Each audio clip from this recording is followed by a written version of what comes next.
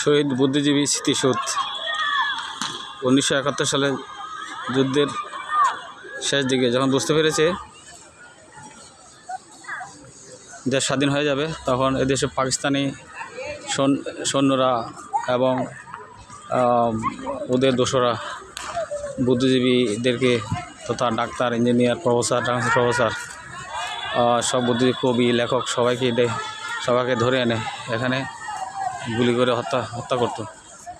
এখানে বিরাট একটা ইটভাটা ছিল। এই যুদ্ধ পরবর্তী সময় এখানে প্রচুর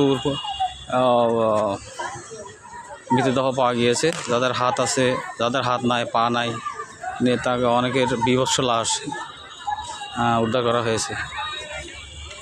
আমরা কি এগুলো বলতে পারি?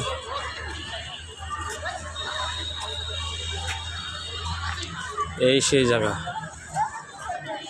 শহীদ বুদ্ধিজীবী স্মৃতিসৌধ।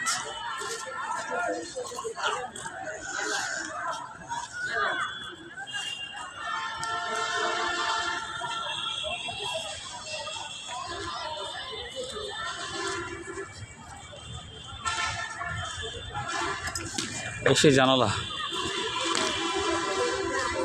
সব কটা জানালা খুলে দাও না।